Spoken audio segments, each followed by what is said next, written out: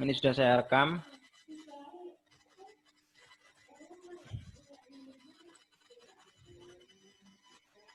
Ini saya tampilkan SPSS-nya, program SPSS. Oke, jadi ini adalah tampilan program SPSS itu seperti ini. Ya. Ini tampilannya.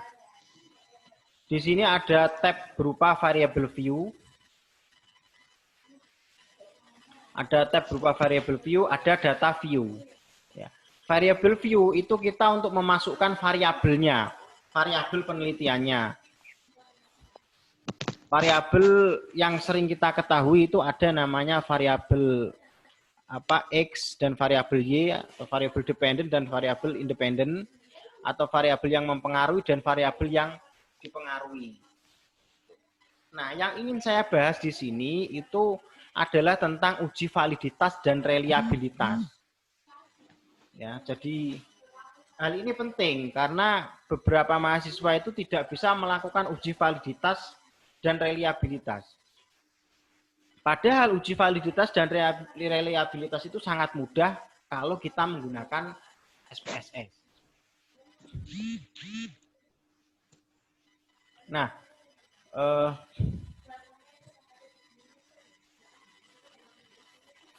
di sini variabel view ini itu adalah filenya tentang data variabelnya. Jadi misalnya kita mau uji validitas motivasi belajar terhadap hasil belajar siswa, maka motivasinya itu variabelnya itu kita tulis di semua di sini per pertanyaan itu. Saya punya file di sini. Ya, sebentar saya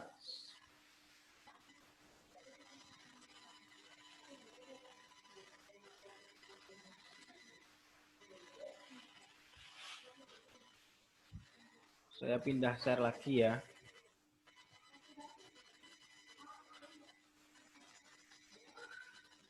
Nah, ini saya punya file ini berupa data Excel ya, data Microsoft Excel ini. Di sini ada beberapa item pertanyaan. Gitu. Jadi nanti kalau misalnya kita uji angket motivasi ini ya, di sini ada beberapa item pertanyaan. Nah, di sini kelihatan ini berapa ini? Ada 35 pertanyaan. Jadi responden yang kita kasih yang dikasih pertanyaan ini jawabannya kan beragam ini kan. Ini kita input ya. Kemudian kita masukkan ke Excel, nanti kita uji validitas dan reliabilitasnya. Apa sih validitas reliabilitas itu? Ya. Nah, validitas itu menjadi hal yang sangat penting ya. Jadi uji validitas itu ada dua metode. Yang pertama teknik corrected item correlation, dan yang kedua menggunakan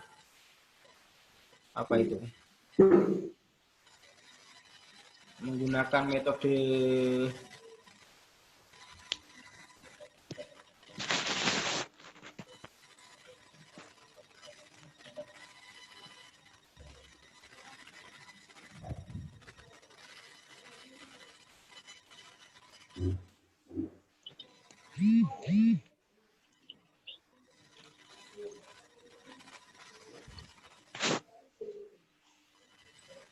yang kedua itu menggunakan metode product moment ya.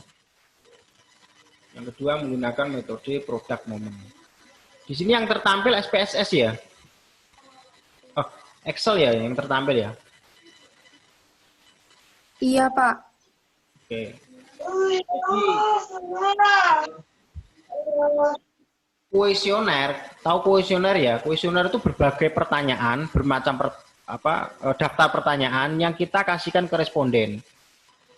Nah, kuesioner itu sebelum kita kasihkan itu kita uji apakah valid dan reliable. Kalau penelitian kuantitatif pasti seperti itu.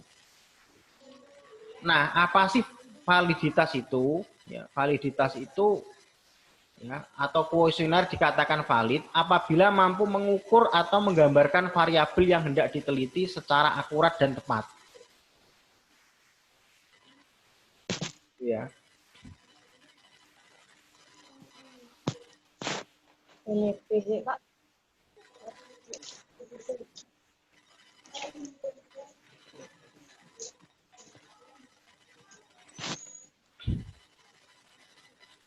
Nah, di sini ya, dari Excel ini kan sudah ada daftar pertanyaan. Nomor 1, nomor 2, nomor 3, dan sampai nomor 15 ini itu daftar pertanyaan nomor 1 sampai 15. Kemudian yang sebelah sini itu nomor respondennya. Ini responden 1, 2, 3, 4, sampai nomor 31. Nah, semakin banyak respondennya, maka validitas sebuah instrumen itu semakin nyata. Makanya dalam sebuah penelitian yang benar-benar real, itu menggunakan responden yang jumlahnya di atas 500-an. Di atas 500-an. Sehingga butuh biaya yang sangat banyak. Tapi kalau sekarang, mungkin kita tidak terlalu membutuhkan biaya yang banyak kalau uji validitas reliabilitas kan, karena kita bisa menggunakan Google Form. Kalau dulu kan mungkin kita karena teknologi belum canggih, dulu kan untuk uji validitas itu angket itu di print kemudian disebarkan ke responden. Kalau sekarang sistemnya enggak. Sekarang bisa kalau kita penelitian itu langsung membuat Google Form, ya Google Form itu kita share ke responden kita. Nah, setelah diberikan angketnya tadi diberikan, seluruh jawabannya tadi itu direkap menjadi data seperti ini. Ya, menjadi data seperti ini. Jadi ini nomor respondennya, ini adalah nomor itemnya, item pertanyaannya. Nah, pertanyaan ini kita uji validitas dan reliabilitasnya. Ada dua metode. Yang pertama metode product moment, dan yang kedua menggunakan metode corrected item correlation. Ya, ada dua metode ini. Mana yang lebih bagus? Semuanya sama-sama bagus. Namun untuk tingkat validitas sebuah instrumen supaya lebih tinggi, saya sarankan menggunakan metode corrected item correlation. Itu ya. Nah, sekarang kita lari lagi ke SPSS. Bagaimana sih caranya kita mengelola SPSS ini ya? Ini saya share. Nah, ini yang ini saya tampilkan di sini itu adalah tampilannya SPSS. Ini tampilannya. Tampilannya seperti ini.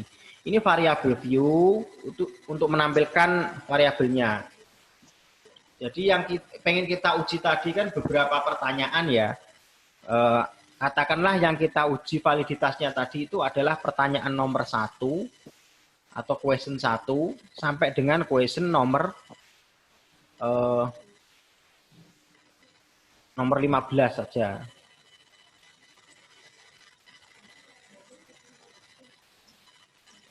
Nah, makanya kita di sini kita tulis semua mulai dari question 1, question 2, question 3 sampai dengan question nomor 15. Ini kita tulis semua.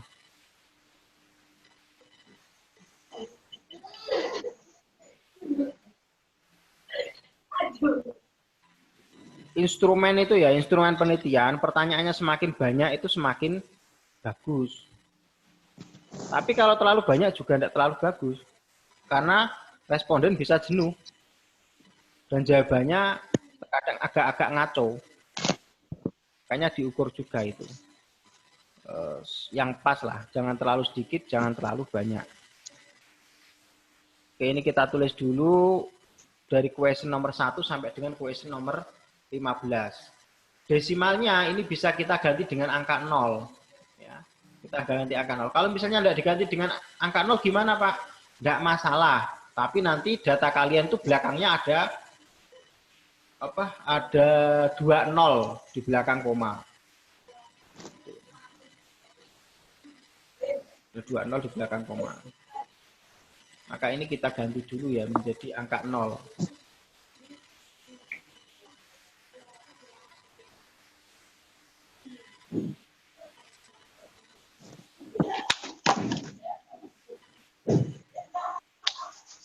Nah, untuk mengerjakannya sebenarnya kita tinggal ikuti aja langkah-langkah yang ada di SPSS Indonesia. Jadi apa di website yang saya tampilkan tadi itu, di websitenya SPSS Indonesia.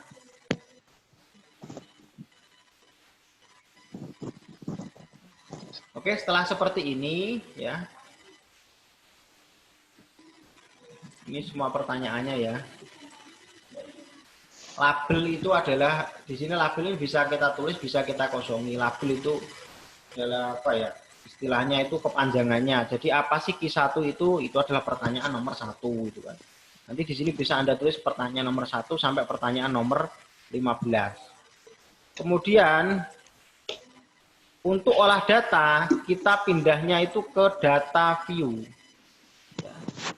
Kita pindah ke data view.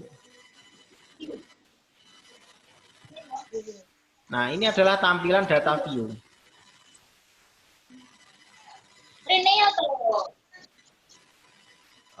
Data view ini, datanya bisa kita ambil dari file Excel tadi. Kita pilih atau kita copy dari Microsoft Excel. Atau Anda juga bisa memasukkannya secara manual. Tapi lebih baik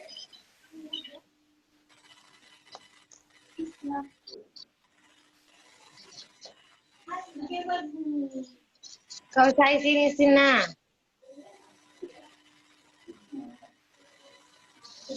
ini Q10 kok ada desimalnya 0. Mungkin di variable view tadi belum dirubah ini. Nomor 10 ini. Oh iya ini. Ini nomor 10 angkanya kan belum 0 kan, makanya di data view ini tampilannya tidak 0. Nah, kalau seperti ini sudah 0 semua kan ini. Tidak ada nolnya. Kalau tadi kan masih ada 0 di belakang koma. Nah, ini adalah seluruh variabelnya ya. Pertanyaan nomor 1 sampai dengan pertanyaan nomor 15. Kemudian yang sebelah sini itu adalah nomor respondennya. Di sini respondennya itu ada 31 responden. Nah, bagaimana sih kita cara uji validitas? Caranya sangat mudah. Jadi di sini kita tidak perlu menghitung secara manual. Ya. Kita tidak perlu menghitung secara manual. Nah, langkah-langkahnya kalian tidak nyatet tidak apa-apa. Nanti karena video ini bisa saya share ke YouTube. Bisa ditonton ulang. Cara olah datanya adalah analyze, kemudian scale, klik analyze, scale, kemudian reliability analysis. Jadi diingat-ingat langkahnya ya. Analyze, scale, kemudian reliability analysis. Kita klik. Nah, di sini akan keluar tampilan ini ya. Jendela reliability analysis. Pertanyaan nomor 1 sampai dengan pertanyaan nomor 15. Ini pertanyaannya. Ini kita pindahkan ke kolom item. Cara memindahkannya itu diklik ya. Jadi misalnya ini Q1 ini kita klik, kita pindahkan ke item. Q2 kita pindahkan ke item. Kalau pengen langsung cepat, itu ini diklik kemudian Ctrl A. Ya. Atau dipilih semua. Diklik Ctrl A, dipilih semua, kemudian kita pindahkan. Nah, seperti ini. Modelnya yang kita gunakan adalah model alpha. Modelnya yang kita gunakan adalah model alpha. Kemudian setelah ini, ya ini setelah ini dimasukkan semuanya di sini, modelnya ini sudah menggunakan model alpha. Kemudian klik statistik. Di sini Anda pilih scale if item deleted. Ya, kita pilih scale if item deleted.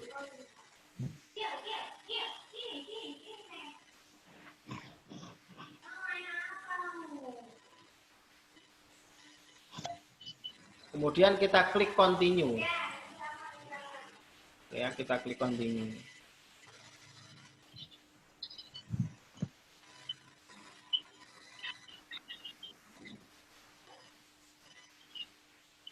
banter-banter kalau ngedung.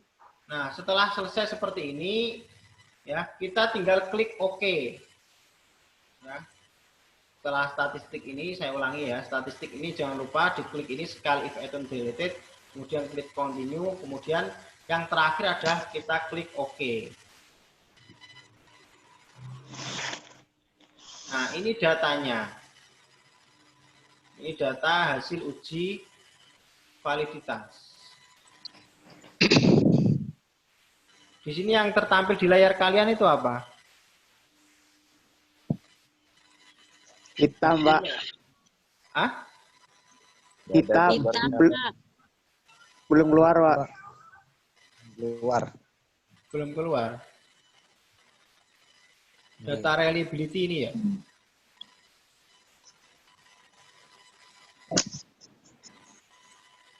Oh, ini your screen sharing.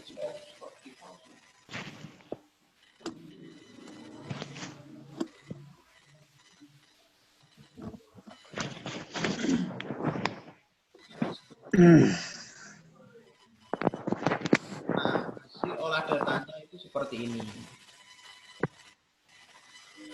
Kelihatan ya tampilannya ya?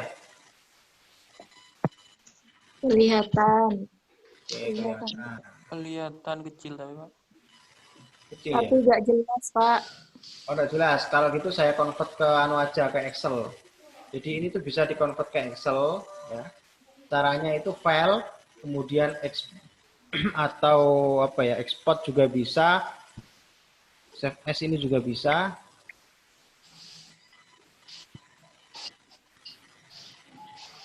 Oh, kalau save as ini nggak bisa ini. Nanti tampilannya dalam bentuk SPSS. Saya convert ke, saya ekspor aja ini, ekspor ke PDF. Satu dokumen format. Filenya saya pindahkan ke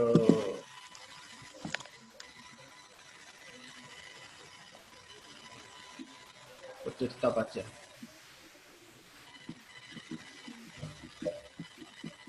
Nama filenya kita tulis validitas.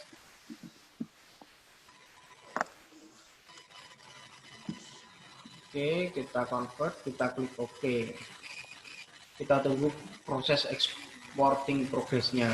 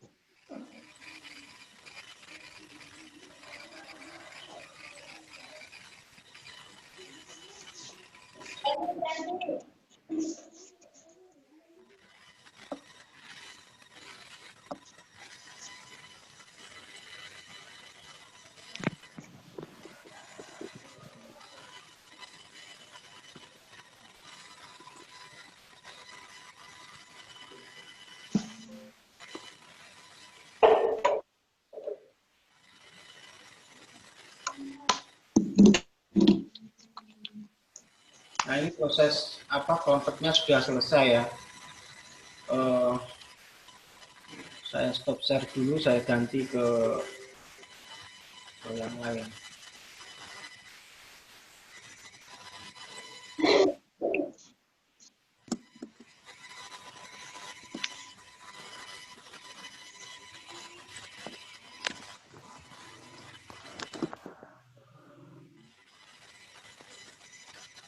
Oke, ini saya buka filenya.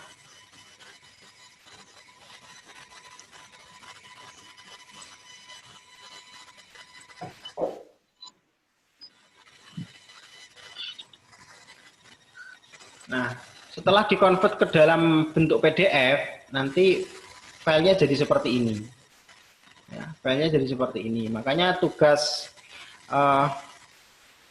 bukan tugas ya, UTS dan UAS-nya itu kalian bisa menggunakan langkah-langkah seperti ini. Sama persis langkah-langkahnya. Sama persis. Nah, ini hasilnya, hasil ujinya. Di sini uji validitasnya seperti ini. Nah, kita tinggal membandingkan ini.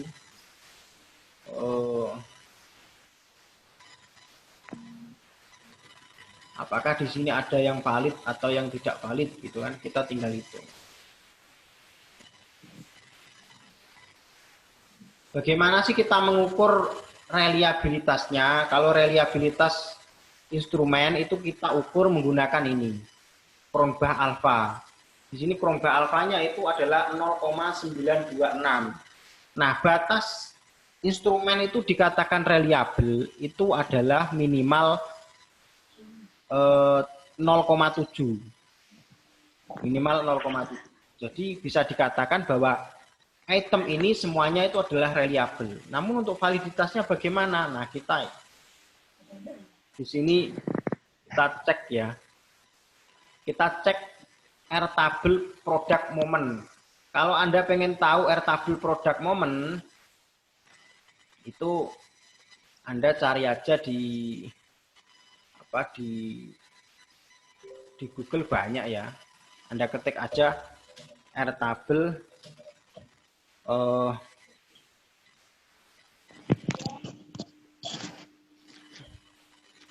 airtable PDF ini. Nah, ini kan banyak kan, langsung keluar ini kan, tabel R atau R tabel ini. Ini kita coba klik.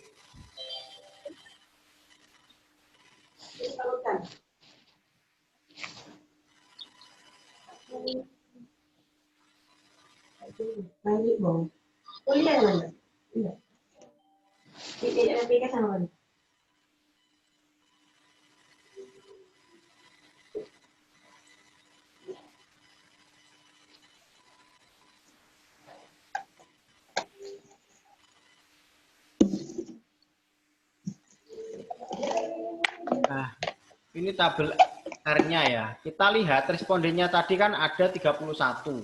Di sini DF itu adalah N-2. Kalau respondennya 31 berarti 31 kurangi 2. 31 kurangi 2 adalah 29. Maka di sini kita cari 29 itu ada di sini posisinya. Nah, kita lihat di sini tingkat signifikansinya itu yang mana ya? Kalau 0,05 atau tingkat signifikansi untuk uji, ini untuk uji satu arah, ini untuk uji dua arah. Kalau untuk uji dua arah ya kita menggunakan ini. Kalau untuk uji satu arah kita menggunakan yang ini. Gitu ya. Biasanya kalau untuk uji satu arah kita pakai yang ini, 0,05 ini. Di sini itu adalah batasnya adalah 0,3009. Sehingga kesimpulannya adalah yang di atas 0,3009 ini itu valid. Yang di bawah ini berarti tidak valid. Gitu. Ini saya stop screen share dulu. Kemudian saya buka ini.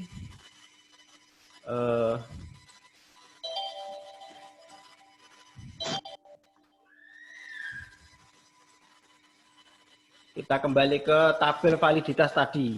Nah, ini tabel validitasnya. Berarti kan yang di bawah 0,300 itu tidak valid kan? Nah, di sini tidak ada. Artinya semuanya ini valid semua. Misalnya sampean pengen bikin instrumen ini tidak valid, bisa enggak? Bisa. Caranya yaitu di apa? Oke, caranya kita share langkah-langkahnya ya. Nah, kita share langkah-langkahnya di SPSS.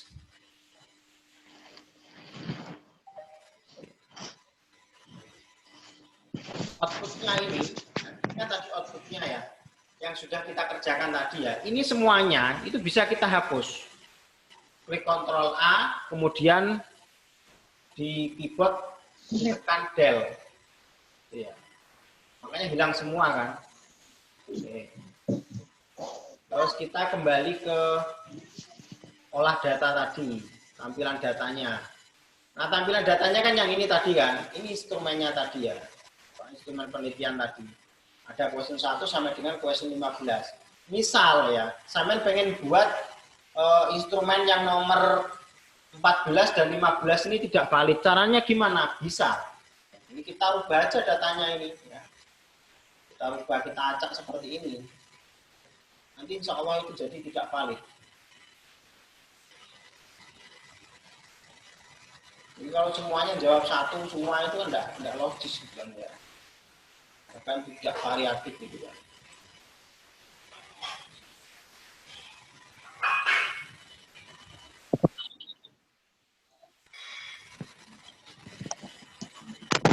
Coba membuat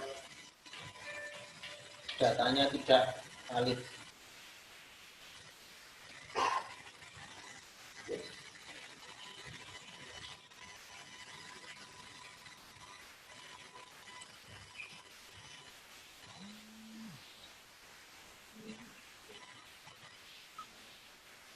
Terserah ngacaknya seperti apa. Nanti kalau masih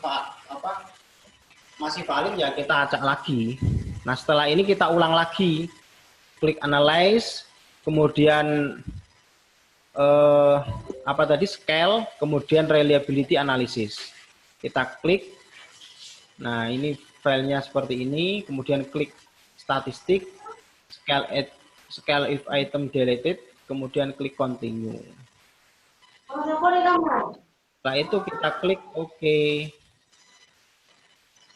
Nah, di sini Chromeba alfanya berubah menjadi 0,46.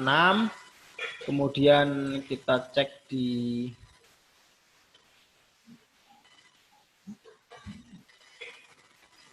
Chromeba alfanya ini corrected item total correlation. Nah, ini yang Q14 dan Q15 menjadi angkanya minus. Ini cara memperbesarnya gimana ya? Oh ini ada ini.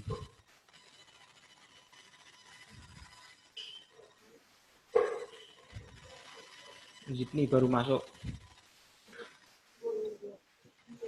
Kita zoom out hasilnya, zoom in.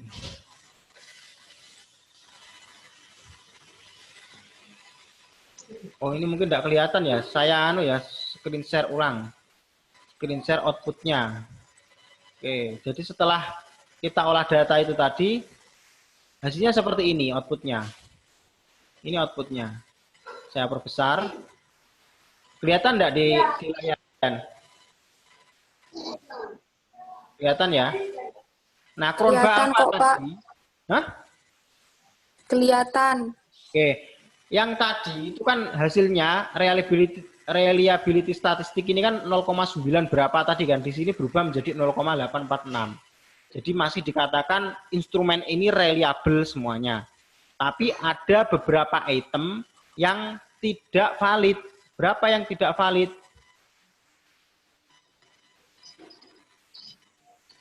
Oh kok ini kok ya. Screen share-nya kok gini. Saya ulang screen share aja.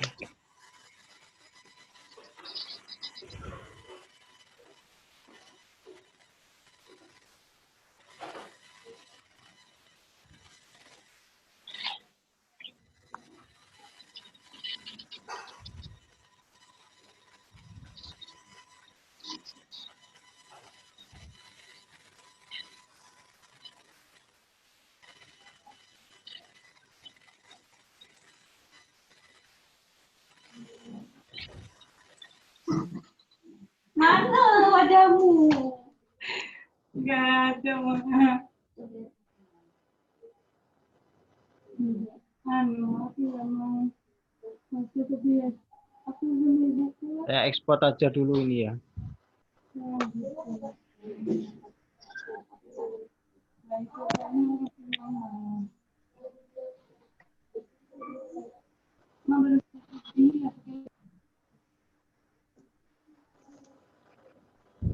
Saya ekspor dulu aja ke PDF.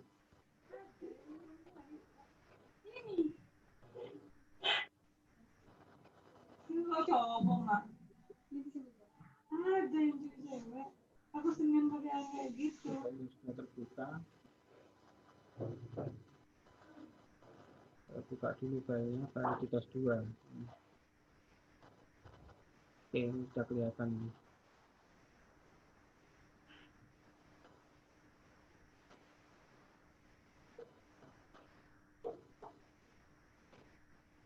Oke, nah ini kelihatan kan di layar kalian kan?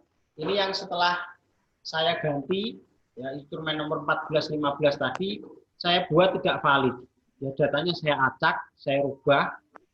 Kalau angkanya dirubah jadi 1 semua, kemudian 2, tidak ada 3, tidak ada 4, itu kan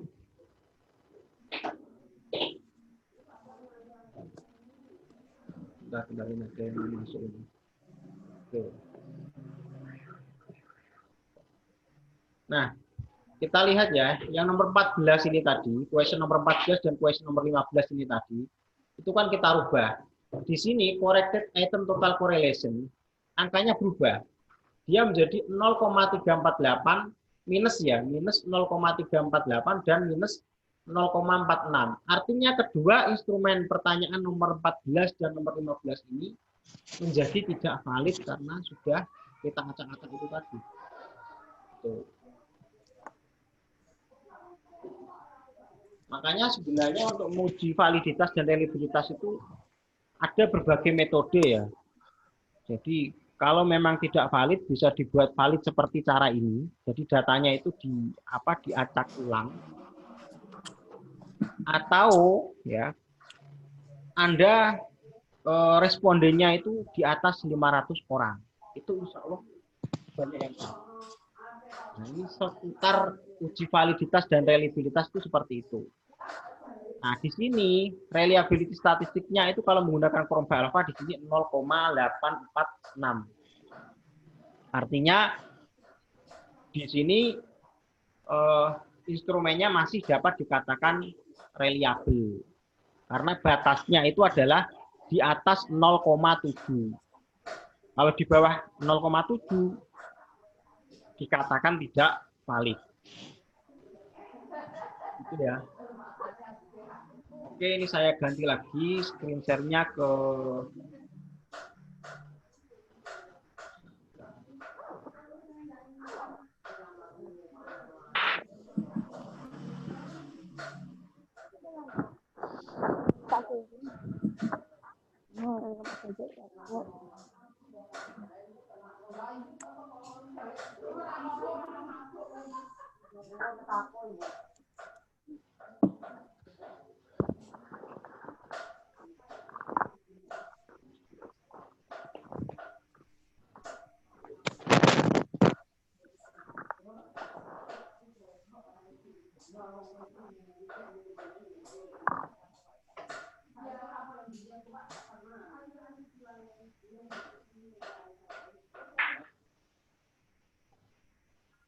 saya tampilkan cara uji validitas ini tadi webnya ya.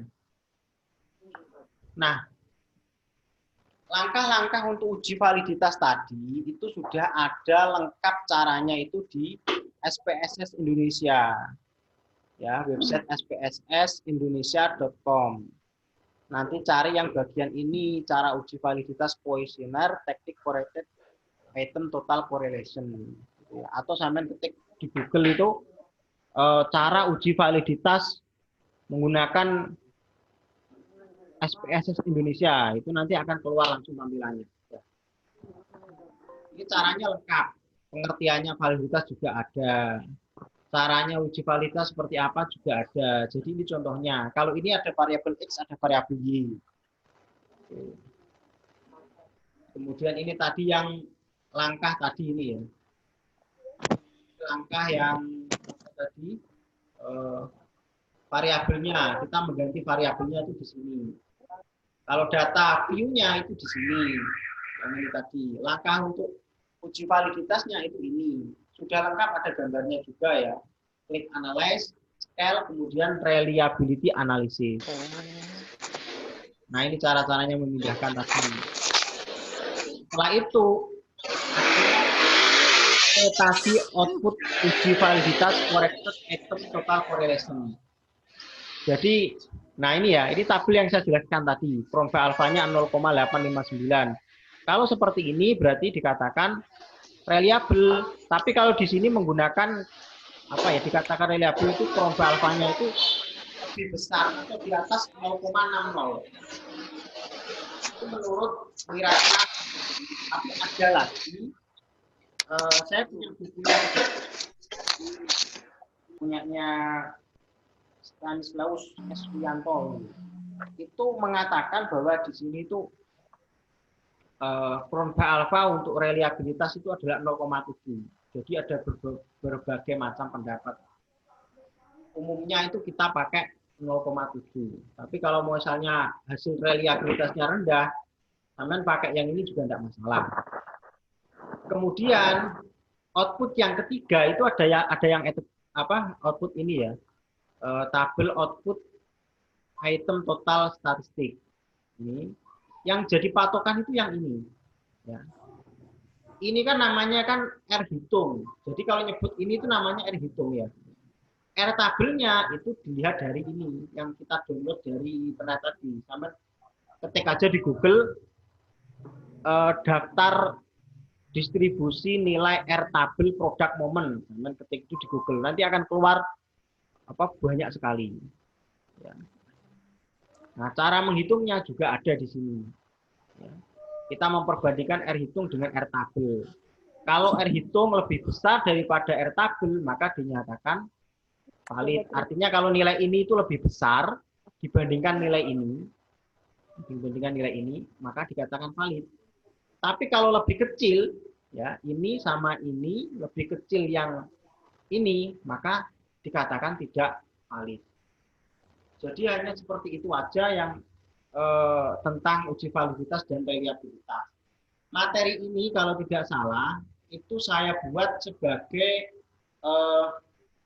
ujian tengah semester. Ujian tengah semester itu adalah kayaknya. Kalau enggak ujian tengah semester itu ujian akhir semester. Kalau ujian akhir semester itu Anda bisa pilih beberapa tugas itu ada banyak soal. Banyak soal Anda bisa pilih yang mana. Jadi caranya seperti itu. Kalau Anda ngitung manual, itu prosesnya sangat panjang, sangat lama, dan sangat sulit. Panjang, sangat lama, dan sangat sulit. Makanya saya sarankan menggunakan SPSS ini. Tapi alat ukur ya, atau alat hitung statistik, itu tidak hanya SPSS. Ya, ada lagi itu Minitab, itu ada. Ada lagi, selain Minitab itu Evius itu juga bisa. Pakai Microsoft Excel itu juga bisa. Ya. Cuman kalau Microsoft Excel itu agak ribet karena dia bukan software kan itu kan. Bukan software khusus statistik. Itu ya software umum aja itu kalau Excel itu. Itu. Nah, untuk pertemuan hari ini yang saya sampaikan hanya itu. Kalau ada pertanyaan silahkan ditanyakan.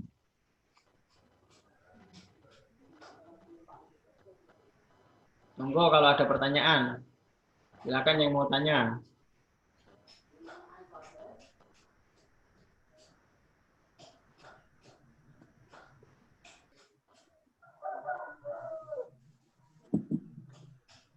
Kalau tidak ada pertanyaan, saya akhiri loh ya pertemuan hari ini.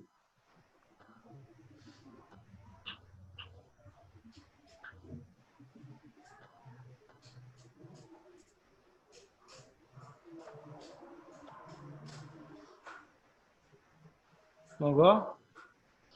Adakah yang mau ditanyakan? Tidak ada.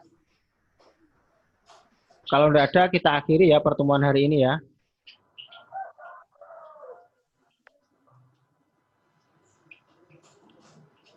Oke, kalau tidak ada pertanyaan, saya akhiri pertemuan hari ini. Kalau misalnya masih bingung, kita bisa belajar lagi via Zoom. Nanti kan juga di-share di YouTube gitu, Pak. Ya, saya share di YouTube ini nanti. Nanti kalau ada beberapa materi yang ketinggalan, lihat aja di YouTube-nya ya. Nah, yang perlu kalian ingat bahwa websitenya SPSS Indonesia itu kalian harus ingat. Kemudian softwarenya nanti saya share softwarenya itu di Telegram dan di Google Drive. Karena filenya itu sangat besar, hampir 1 giga. Kalau kalian download menggunakan HP, nanti HP kalian jadi lemot. Gitu. Kalau sudah download Pak, tapi versinya berbeda Pak. Kenapa? Sudah download, tapi yang versi 32 bit Pak. Oh, enggak masalah. Tidak masalah. Jadi SPSS ini kalian menggunakan versi berapapun itu tidak masalah. Bahkan menggunakan versi 17 boleh, versi 16 boleh, versi 20 boleh, versi 24 juga boleh. Cuman versi yang terbaru ya, yang versi 20, 21, 23, 24, itu kalau nggak salah itu apa ya, makan memori sangat besar. Tapi tampilannya lebih lengkap. Gitu. Jadi terserah. Gitu. Menggunakan versi berapapun terserah. Sama aja, yang penting namanya SPSS. Karena yang saya share di sini adalah yang menggunakan metode SPSS. Nah, kalau seperti ini kan kalian enak kan, statistik, tapi kita tidak pernah menghitung. Kita cuma klik-klik saja, kemudian interpretasi hasil, itu aja. Ada lagi Mas Alfi yang ditanyakan? Tidak, sudah tidak ada Pak. Oke, yang lain? Apakah ada pertanyaan? Udah ada, Pak. Ada, kalau tidak ada kita akhiri ya pertemuan hari ini. Mungkin saya pertemuannya itu via Zoom itu hanya 1 kali ini. Tapi kalau misalnya ada permintaan untuk menjelaskan lagi, ya nanti kita buat link lagi, kita ketemu lagi via Zoom lagi. Terserah monggo. Materi ini lengkapnya itu ada di SPSS Indonesia. Jadi kalian mau uji apapun di situ ada semua. Uji validitas ada, uji T itu ada, uji F itu ada. Nah, artinya uji T, uji F itu apa, ada semua di situ. Ini sangat bermanfaat sekali kalau kalian nanti menyusun skripsi. Itu sangat bermanfaat sekali. Saya harap kalian harus sangat memahami karena kendalanya beberapa mahasiswa itu banyak yang tidak bisa olah data menggunakan SPSS, padahal sangat mudah. Gitu. Nah, itu aja ya yang saya sampaikan. Terima kasih pertemuannya hari ini. Semoga bermanfaat. Assalamualaikum warahmatullahi wabarakatuh. Waalaikumsalam.